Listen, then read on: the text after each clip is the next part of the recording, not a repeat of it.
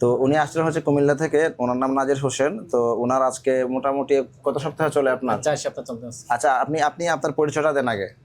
আমার নাম মোহাম্মদ নাজির হোসেন, আমার বাড়ি কুমিল্লা জেলার তিতাস থানা। তিতাস থানা। হ্যাঁ। আচ্ছা, মোটামুটি আপনার আপনার কিন্তু এপার ওপার ছিল, বাহিরে একটা ওপেনিং ছিল, ইন্টারনাল একটা ওপেনিং ছিল। আমরা ওইখানে প্রথম দিন একটা সুতা দিয়ে গিট দিয়ে দিছিলাম, তাই না? জি। ওই দিন একটু কষ্ট হয়েছে নাকি? একটু একটু একটু কষ্ট হয়েছে, কিন্তু আসলে থেকে কষ্ট হওয়ার কারণ হচ্ছে আমি আসলে খাবার দাবার একটু অরুচি, মুখে শরীর দুর্বল লাগা হয়তো এরকম হয়েছে।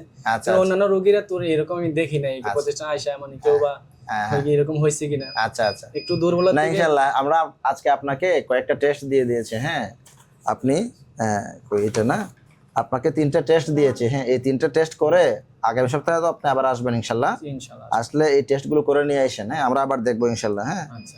আর আপনি যদি আমরা পার্সেন্টেজে যাই, আপনি কত পার্সেন্ট যদি বলেন সুস্থতার হার কত পার্সেন্ট হইতে পারে? আমার কাছে মনে হয় আমি 80% সুস্থ হয়ে গেছি। যাক মাশাআল্লাহ, চতুর্থ সপ্তাহে 80%-এর মতন। যে আমার কাছে তাহলে আশা করা যায় মোটামুটি আমরা যদি আরো 2 সপ্তাহ যদি কন্টিনিউ করি বা আরো 3 সপ্তাহ কন্টিনিউ করি, ইনশাআল্লাহ পুরোপুরি সুস্থ হয়ে যাবেন ইনশাআল্লাহ। এটা আল্লাহর রহমতে। শুনেন, একটা নিয়ম হচ্ছে একটা রোগী সুস্থ হওয়ার পরে আপডেট নেওয়া বা কমেন্ট নেওয়া।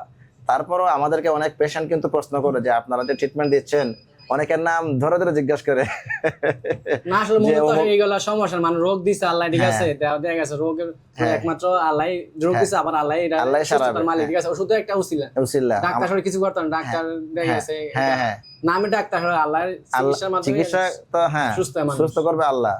আল্লাহর প্রতি বিশ্বাস থাকতে হবে মানুষের। আর যদি কপালে নসিব না খারাপ থাকে, নসিব খারাপ থাকলে আমরা ডাক্তারে কিছু করতে পারবো না, ঠিক আছে।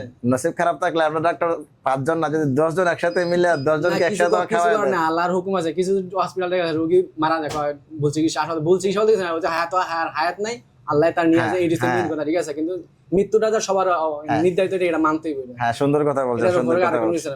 মৃত্যু অবধারিত, মানুষের জন্মই তো হয়েছে, মৃত্যু অবশ্যই। হ্যাঁ, তো মোটামুটি মাশাআল্লাহ আমরা মোটামুটি চতুর্থ সপ্তাহে ওনার যে মন্তব্য নিলাম, চতুর্থ সপ্তাহে উনি বলতেছেন যে আল্লাহর রহমতে 80%-এর মতন সুস্থ হয়ে গিয়েছেন।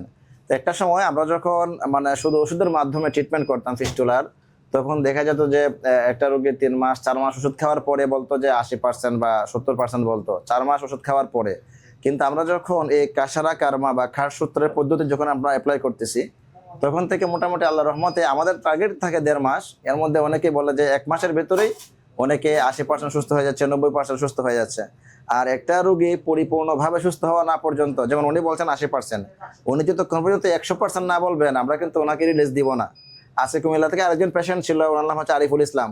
তো ওনাকে আজকে উনি আল্লাহর রহমতে, ওই আপনার কুমিল্লা তো আপনার বাড়ি, তাই না? আমার কুমিল্লা, হ্যাঁ, চান্দিনা বাড়ি, দেবিদ্দার, কুমিল্লা দেবিদ্দারে। ফার্স্টে আজ আসলে ওনাকে চিনছেন তো? ওনার নাম হচ্ছে আরিফুল ইসলাম। তো ওনার কিন্তু আল্লাহর রহমতে সুস্থ হয়ে গিয়েছে। হ্যাঁ, তো উনি কিন্তু ছিল অপারেশনের রোগী। তো ওনাকে আমরা আজকে রিলিজ দিয়ে দিয়েছি। তারপরও আমরা বলছি আপনি 1 সপ্তাহ পরে আবার আসবেন। আমরা ওনাকে ফলো আপে রেখেছি, উনি 15 দিন পরে আবার আসবে। আমরা আবার ওনাকে একটু দেখবো যে এটা ঠিকঠাক আছে কিনা।